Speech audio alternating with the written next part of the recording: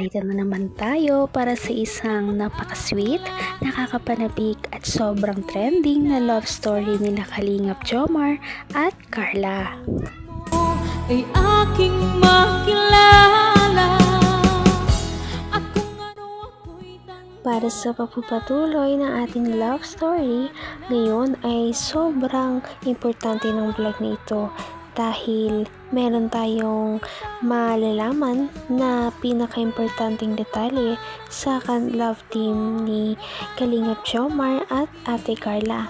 Dahil ngayon ay kanilang mansari na naman at nagkita na naman sila ngayong araw.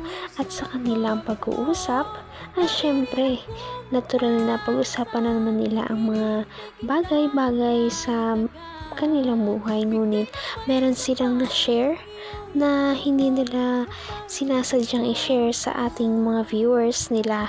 Ano kaya ang kanilang tinatago? At malalaman na rin natin ito sa video na ito.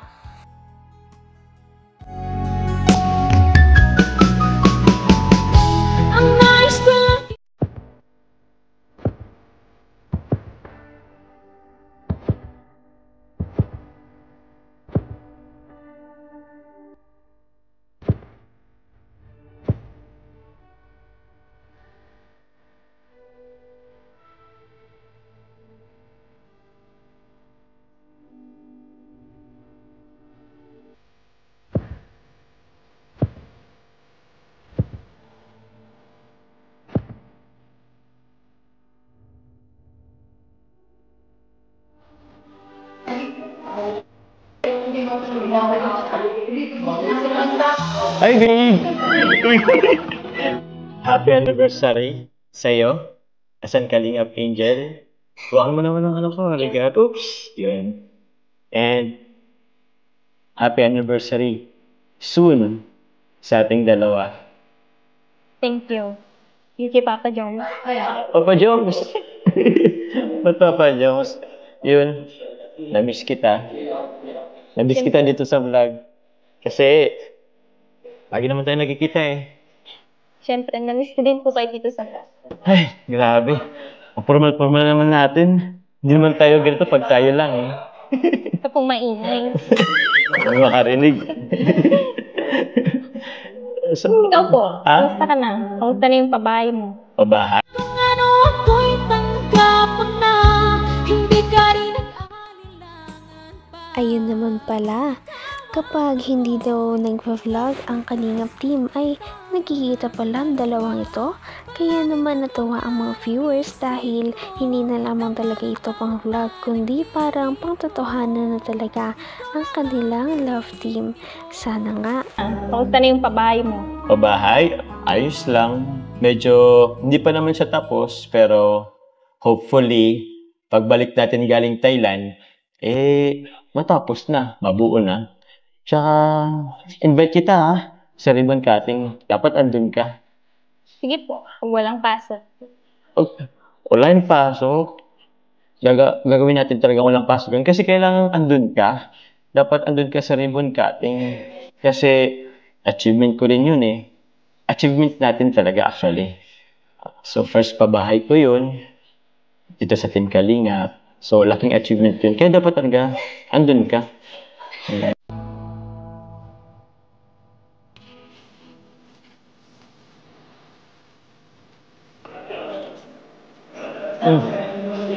Siya nga pala. By the way, happy ka naman? Ngayon? Siyempre, oo naman. Kapag vlog tayo ulit. Iba din kasi yung feeling pag sa vlog eh. Kaya nga eh. Parang may kabal lagi. Thank you pala. Thank you sa mga pagtsatsaga mo, saka sa mga efforts mo. Grabe. Isang taon na pala tayo ngayon. Kaya nga, isang taon na. Isang taon na rin akong naniligaw sa'yo.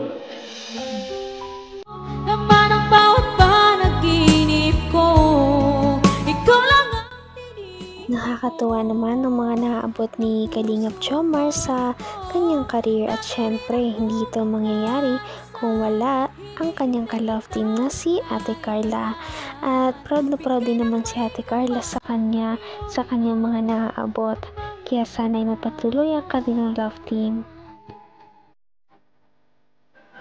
Walang amin kahit anong mangyari. Bakit?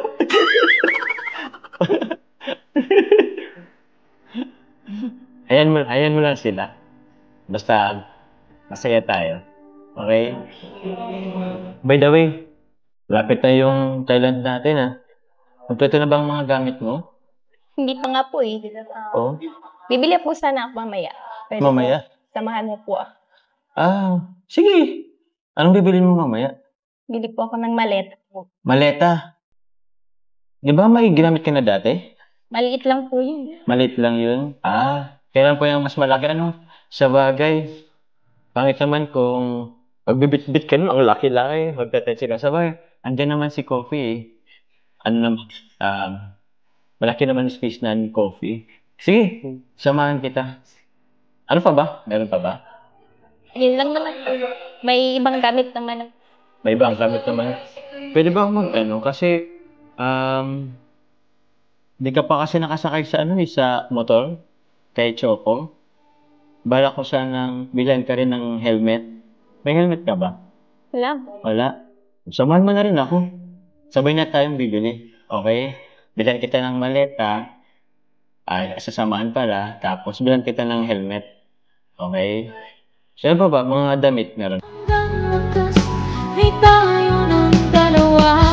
Palagi kang naman ang isip. Dito natin makikita na talagang komportable na sila sa isa't isa.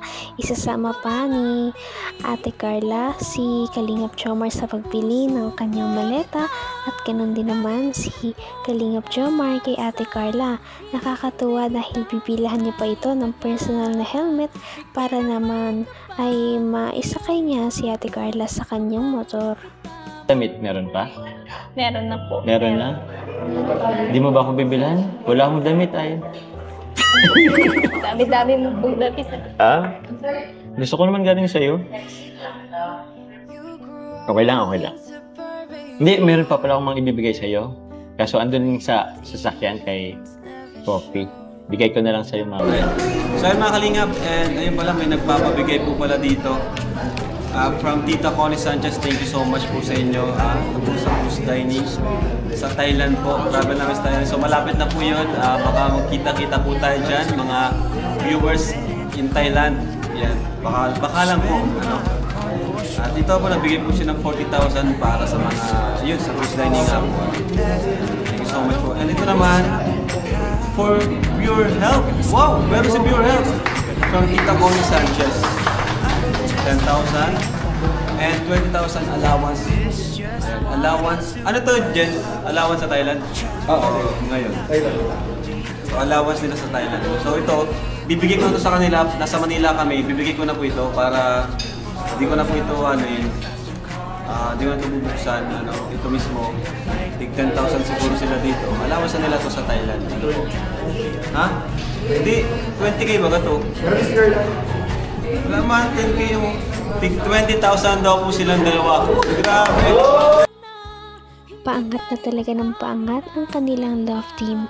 Hindi na talaga tayo makapaghintay kung gaano pa kadami ang mga blessings na darating sa kanila dahil deserve din naman talaga nila ito.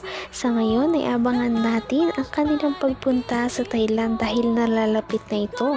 Panigurado na marami na namang mga revelasyon ang marireveal sa kanilang trip. Patindi na ng patindi ang mga pangyayari sa kanilang love story. Kaya naman sobrang dami talaga ang kinikilig sa kanilang love story at palaging nag-aabang. Kaya naman sana ay magkatuluyan din ang dalawang ito, si Ate Carla at Kalingap Jomar. Sana din ay patuloy natin silang subaybayan at suportahan para magpatuloy pa ang kanilang love team.